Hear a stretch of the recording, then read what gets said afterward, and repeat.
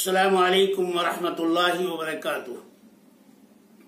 دوستو، حضرت مولانا فضل الرحمان گنج مراد آبادی رحمۃ اللہ علیہ ہمارے بزرگوں میں سے ہیں، فرماتے ہیں کہ جب جنت میں حور میرے سامنے آئے گی تو میں کہوں گا کہ قرآن سننا ہے تو سنو ورنہ جاؤ، اور یہ بھی کہوں گا کہ قرآن تم سے پڑھنا آتا ہے تو سناؤ، اور اگر پڑھنا نہیں آتا ہے تو میں سناؤں گا۔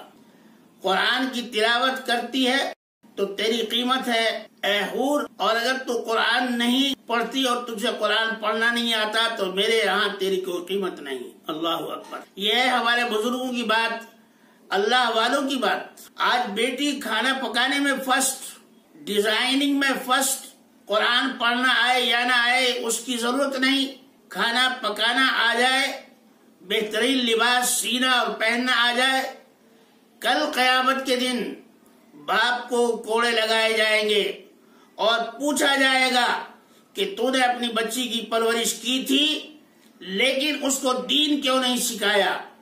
دنیا کا کوئی کتنا ہی بڑا آدمی ہو، گورنر اور وزیر ہو، اگر اس کی اولاد کو قرآن اور سنت کا علم نہیں تو یاد رکھیے یہ اس کی زندگی لایعنی ہے۔ ہماری ماؤں اور بہنوں کو توجہ دینی چاہیے کہ ہم اپنی بچیوں کو کس طرف لے کر جا رہے ہیں۔